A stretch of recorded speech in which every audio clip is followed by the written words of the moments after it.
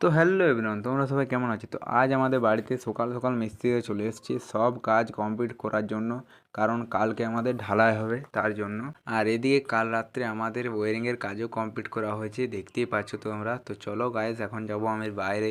আর বাইরে এসে দেখি আজ আমাদের রেশন দিচ্ছে, আর রেশন নেওয়ার কত ভিড় তোমরা দেখতেই পাচ্ছ। তারপর আমি চলে আসি ঢাংপুকুরের দিকে, যেখানে আমরা ব্যাট বল খেলি, কারণ আজকে আমাদের এই মাঠটা ভালো করে পরিষ্কার করা হবে, তার কারণ নাইট খেলা আছে তার জন্য। তারপর আমরা ফাইনালি চলে এসেছি মুড়ি ফুড়ি খাওয়ার পর ঢাংপুকুরটা পরিষ্কার করার জন্য।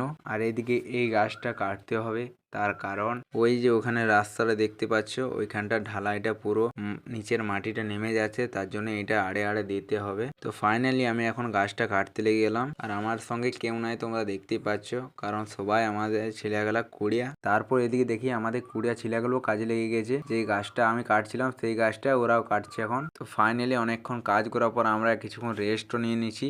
আর এদিকে আমাদের একটা রাস্তা করা হচ্ছে, যাতে নাইটের দিনে আমরা ভালোভাবে নামতে পারি আর কি। তারপর ফাইনালি আমি গিয়েছিলাম রাকেশদার গ্যারেজ, কারণ এই অ্যাঙ্গেলটা আমার বাড়িতে লাগাতে হবে তারের জন্য। তারপর এদিকে যেতে যেতে দেখি আমাদের প্রায় কাজ কমপ্লিট হতে চলেছে, দেখতে পাচ্ছ কত কুড়িয়ে ছিলে গেলে আমাদের কাজও লেগে গেছে। তারপর ঘরে এসে দেখি ফাইনালি আমাদের সবকিছু কমপ্লিট হয়ে গেছে, দেখতে পাচ্ছ তোমরা। আর অ্যাঙ্গেলটাও লাগানো হবে এবারে। তো ফাইনালি আমাদের অ্যাঙ্গেলটাও লাগানো হয়ে গেল, দেখতেই পাচ্ছ তোমরা। এটার উপরে আবার তার গালা চলে যাবে। তারপর ফাইনালি আমি চলে আসি হরি মন্দিরে আড্ডা মারার জন্য, দেখতে পাচ্ছ কত ছোট ছোট ছেলেগুলো আড্ডা মারছে এখানে। তো চলো গাইস, আজকের মতন এখানেই, আবার আসবো নেক্সট ভিডিওতে। Bye bye.